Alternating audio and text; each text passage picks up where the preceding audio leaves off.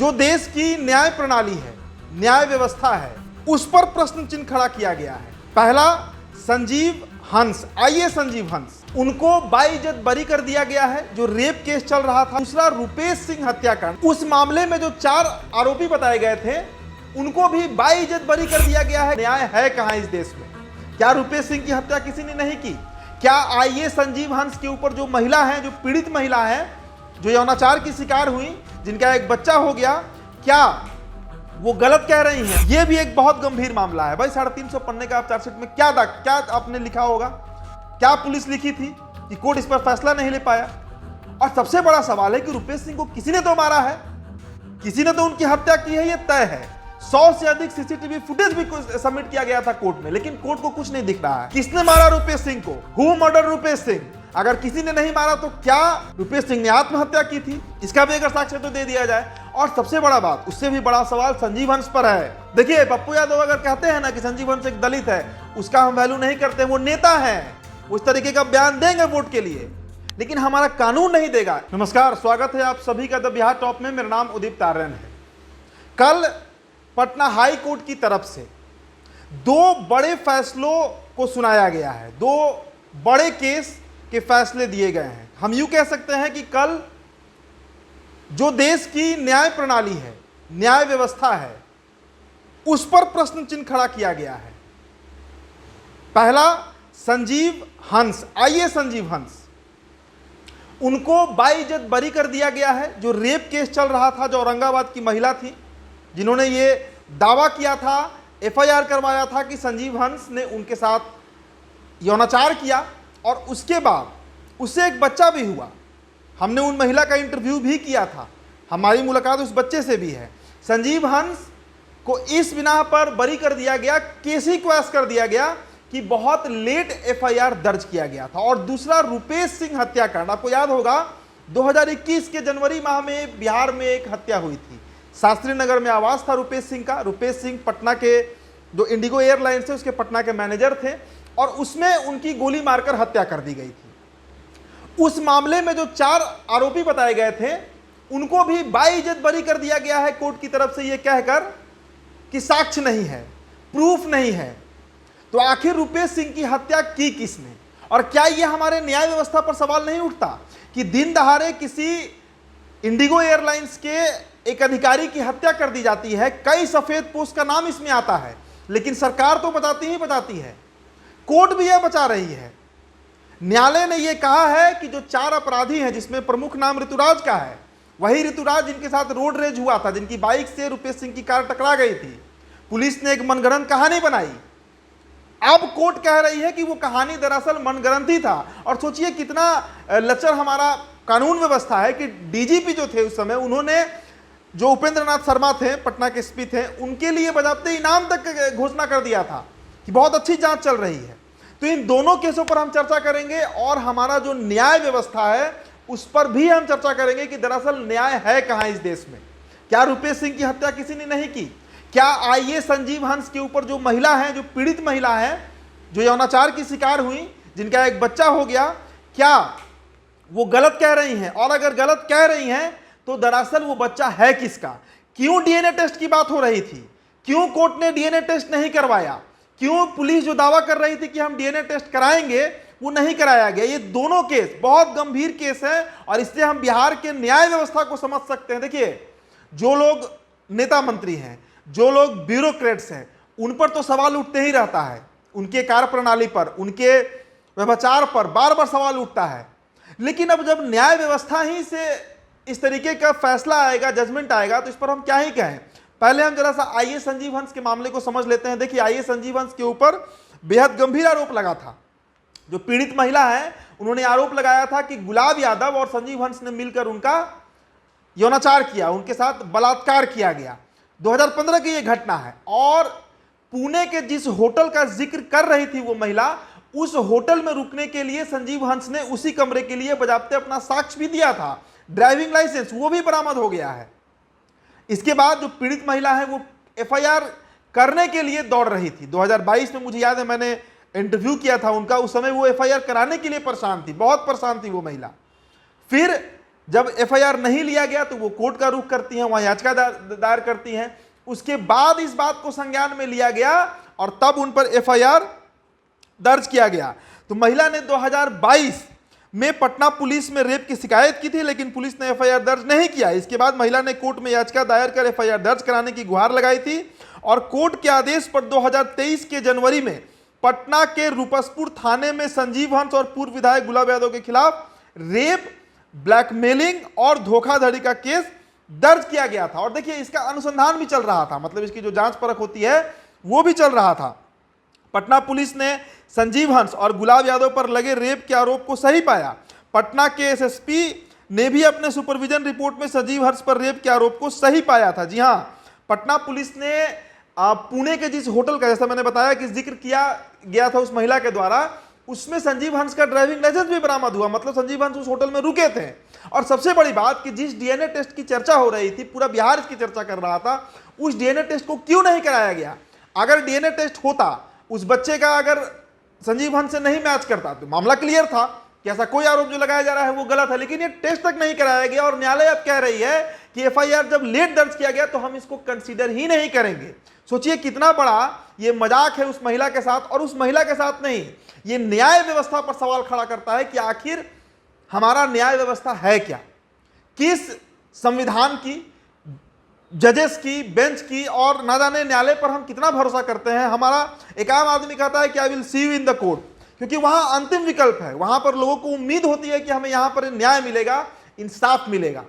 लेकिन कल जो फैसला आया संजीव हंस के मामले में, यह मामला, यह फैसला कई तरह के सवाल अब खड़े कर रहा है। अब देखिए, अपने खिलाफ जो दर्ज एफआईआर को रद्द कराने के लिए संजीव हंस ने पटना हाईकोर्ट में याचिका दायर किया था। याचिका दायर होने के साथ ही हाईकोर्ट ने संजीव हंस के खिलाफ किसी भी तरह की कार्रवाई पर रोक लगा दी थी। कोर्ट ने इस मामले में 21 जून को आखिरी फैसला जो है वो रिजर्व कर लिया था और कल उसे सुनाया गया है, जिसके बाद कई लोगों को निराशा हाथ लगी है, क्योंकि ये मामला कोई छोटा मामला नहीं है, ये एक महिला का मामला नहीं है। मामला है कि बिहार सरकार का एक बड़ा अधिकारी जो ऊर्जा विभाग का प्रधान सचिव रहता है, जो नीतीश कुमार के खास अधिकारियों में शामिल होता है, उसके ऊपर यह आरोप लग रहा है और कोर्ट पहले से ही उस पर रोक लगा दी कि कोई कार्रवाई नहीं होना है। और कल फैसला आ गया, बाइज्जत बरी हो गए, केस को क्वैश कर दिया गया। तो यह बहुत बड़ा सवाल है हमारे न्याय प्रणाली पर, न्याय व्यवस्था पर। रुपेश सिंह हत्याकांड जिसकी हम चर्चा कर रहे थे, वो खुद में एक बहुत बड़ा संशय पैदा कर रहा है। देखिए, रुपेश सिंह हत्याकांड जो हुआ, यह मामला 2021 के 12 जनवरी को, जहां तक मुझे याद है 12 जनवरी को रुपेश सिंह की हत्या कर दी गई। अब इसमें कई नेताओं का नाम था, हम उस खबर को फॉलो अप भी कर रहे थे। तमाम तो नेशनल मीडिया से लेकर डिजिटल मीडिया अखबारों में यह खबर कई दिनों तक, महीनों तक चला। पुलिस इस पर 350 पन्ने का चार्जशीट भी दाखिल की, लेकिन पुलिस शुरू से ही बड़े ढुलमुल दिखी थी इस पूरे केस में। इसलिए हमें यह उम्मीद था कि न्यायालय की तरफ से ये जो मामला है उस पर कुछ इंसाफ होगा, कुछ फैसला ऐसा आएगा जिससे हमें लगेगा कि रुपेश सिंह की जिन लोगों ने हत्या की, जिन सफेद पोशों ने, उन पर कार्रवाई हुआ। लेकिन देखिए, 4 लोग इसमें अभियुक्त बनाए गए थे। सबसे प्रथम नाम जो है वो तो ऋतुराज का ही है। ऋतुराज जिनके साथ रोड रेज हुआ था, जिनके बाइक जो है वो रुपेश सिंह के कार से टकरा गई थी, और उसके बाद पुलिस ने एक कहानी बनाई, मनगढ़ंत कहानी बनाई कि वो बदला लेने के लिए इसका हत्या कर दिया। इसके अलावा जो और अपराधी थे, मतलब अभियुक्त बनाए गए थे, अब तो अपराधी नहीं है, सौरभ, छोटू और आर्यन को आरोपी बनाया गया था। कोर्ट ने सबको बरी कर दिया है। जी हाँ, कोर्ट ने सबको बरी कर दिया। अब देखिए, रुपेश सिंह की पत्नी जो है नीतू सिंह, उनका बयान आपको याद होगा, उस समय काफी तरह के उनके इंटरव्यूज लिए जा रहे थे, बात हो रही थी। रुपेश सिंह की पत्नी नीतू सिंह ने पुलिस के इस दावे पर सवाल उठाया था, जो रोड रेज का कहानी बनाया गया था पुलिस की तरफ से, उस पर सवाल उठाया था और कहा था कि 29 नवंबर को उनकी कार से एक बाइक टकराई थी, लेकिन उसमें कोई हाथापाई जैसी बात नहीं हुई थी। रुपेश के परिजनों ने कहा था कि बाइक वाला सॉरी बोलकर चला गया था, वो बाइक वाला ऋतुराज ही था जिसे अभियुक्त बनाया गया, और कोई विवाद या झगड़ा नहीं हुआ था। लेकिन पुलिस अपनी जीत पर अड़ी रही। पुलिस ने रुपेश मर्डर केस में ऋतुराज के अलावा सौरभ, छोटू और आर्यन को आरोपी बनाया, जिसे अब बरी कर दिया गया है। तो देखिए, यह भी एक बहुत गंभीर मामला है भाई। 350 पन्ने का आप चार्जशीट में क्या आपने लिखा होगा, क्या पुलिस लिखी थी कि कोर्ट इस पर फैसला नहीं ले पाया। और सबसे बड़ा सवाल है कि रुपेश सिंह को किसी ने तो मारा है, किसी ने तो उनकी हत्या की है, यह तय है। 100 से अधिक सीसीटीवी फुटेज भी सबमिट किया गया था कोर्ट में, लेकिन कोर्ट को कुछ नहीं दिख रहा है। कोर्ट, और इसमें तो सीधे तरीके से देखा जाए तो कानून, न्यायालय और जो नेता लोग हैं जिनकी चर्चा उस समय खूब हो रही थी, सभी के सभी लग रहा है जैसे संलिप्त है, क्योंकि रुपेश सिंह की हत्या कोई आम हत्या नहीं थी। और बिहार में देखिए दिन दहाड़े न जाने कितनी हत्याएं होती हैं, और सोचिए जब इतना हाई प्रोफाइल केस, इसमें जब कोर्ट का ये रवैया है, तो जो आम मतलब जो गांव देहात का लोग है, जो ग्रामीण परिवेश के लोग हैं, उनके अगर परिजनों के साथ इस तरीके का हादसा होता है तो कितना उम्मीद करेंगे कि उनको न्याय मिलेगा? ये बहुत बड़ा सवाल है। इसके अलावा देखिए, इस केस में सबसे बड़ा सवाल था जो रुपेश सिंह का केस था कि आखिर रुपेश को किसने मारा। पुलिस की भूमिका इस मामले में शुरू से संदिग्ध थी। पुलिस जिन्हें हत्यारा बता रही थी उनका कोई लिंक मर्डर केस से नहीं जुड़ा था। पटना के तत्कालीन एसपी उपेंद्र नाथ शर्मा पर गंभीर सवाल उठाए गए थे। हत्याकांड के आरोपी बनाए गए ऋतुराज की पत्नी ने आरोप लगाया था कि इस एसपी उपेंद्र नाथ शर्मा ने उन्हें नंगा करके मारने की धमकी दी थी। यह आरोप ऋतुराज की पत्नी लगाई थी। अब सोचिए क्या चल रहा है बिहार में, कितनी खराब यहाँ का मतलब कानून व्यवस्था कहिए। देखिए हम सब पर सवाल उठा रहे हैं, और सवाल उठाने के पीछे कारण है।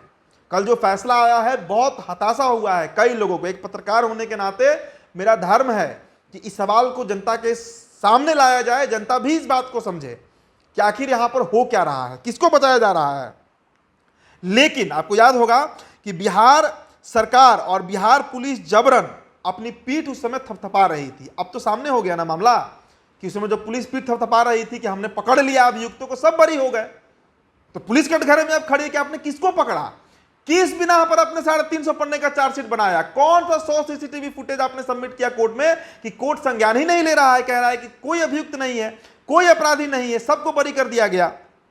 सरकार और हद तो यह है कि बिहार पुलिस की डीजीपी ने इस केस की पड़ताल करने वाले पुलिस कर्मियों के लिए इनाम की घोषणा कर दी थी, लेकिन कोर्ट में पुलिस की पोल जो है वो खुल गई है। तो पुलिस का पोल तो बार बार खुलता है, लेकिन न्यायालय से हमको उम्मीद होता है, जैसा मैंने बताया कि अगर कोई भी व्यक्ति हर जगह से लाचार हो जाता है, सिस्टम से, सरकार से, पुलिस से, तो वो कहता है कि I will see you in the court, क्योंकि उसका एक अडिग विश्वास है अपने संविधान पर, हमारे कॉन्स्टिट्यूशन पर, हमारे न्याय व्यवस्था पर, हमारे जो माननीय जज बैठे हुए हैं उन पर हमको भरोसा होता है कि वहां हमको अंतिम न्याय मिलेगा। लेकिन इस तरीके का फैसला संजीव हंस बरी हो रहे हैं। कहा जा रहा है कि लेट एफआईआर दर्ज किया गया। भाई वो बच्चा किसका है, डीएनए टेस्ट क्यों नहीं कराया गया? क्यों कोर्ट नहीं कहे कि एक बार डीएनए टेस्ट करा लिया जाए? इतना बड़ा आरोप लग रहा है, एफआईआर दर्ज किया गया और 2 साल से अधिक बीत गया, ऊपर से अभी ईडी का जब छापेमारी हुआ तब नहीं यह मामला खुला है, मनी लॉन्ड्रिंग का मामला है। तो देखिए सरकार क्या कर रही है, बीजेपी का क्या रवैया है, नीतीश कुमार का क्या रवैया है, उस पर हम नहीं जाएंगे। हमारा जो ये पूरा स्टोरी हम आपको सुना रहे हैं, ये जो पूरा रिपोर्ट है हमारा, ये सिर्फ और सिर्फ बिहार के कानून व्यवस्था और हमारा जो न्याय व्यवस्था है उस पर ये सवाल है कि किसने मारा रुपेश सिंह को, हु मर्डर रुपेश सिंह। अगर किसी ने नहीं मारा तो क्या रुपेश सिंह ने आत्महत्या की थी, इसका भी अगर साक्ष्य तो दे दिया जाए। और सबसे बड़ा बात, उससे भी बड़ा सवाल संजीव हंस पर है। देखिए पप्पू यादव अगर कहते हैं ना कि संजीव हंस एक दलित है, उसका हम वैल्यू नहीं करते, वो नेता है, वो इस तरीके का बयान देंगे वोट के लिए, लेकिन हमारा कानून नहीं देगा इसका गवाही, हमारा न्याय व्यवस्था इसका गवाही नहीं देता है, क्योंकि वहां पर हमको उम्मीद होता है कि हमको न्याय मिलेगा। लेकिन न्याय कहां है बिहार में, ये सोचने और समझने का समय आया है। कल 2 फैसले दिए गए, दोनों से निराशा हाथ लगी है। किसने मारा रुपेश सिंह को? उस बच्चे का पिता कौन है जिसे लेकर वो पीड़ित महिला जिनके साथ यौनाचार हुआ है वो घूम रही है? कैसे संजीव हंस को बरी कर दिया गया? ये सवाल है। आपकी जो प्रतिक्रिया होगी हमारे कमेंट बॉक्स में, बहुत देखिए बहुत कुछ कहने को है, गुस्सा भी है अंदर, और ये हमारी जिम्मेदारी भी है, नैतिक जिम्मेदारी है कि हम सवाल करें कि आखिर हो क्या रहा है बिहार में। आपकी जो प्रतिक्रिया होगी हमारे कमेंट बॉक्स में आप जरूर दीजिएगा। मेरा नाम उदित तारण है, द बिहार टॉप वीडियो आप देख रहे थे। बहुत बहुत शुक्रिया।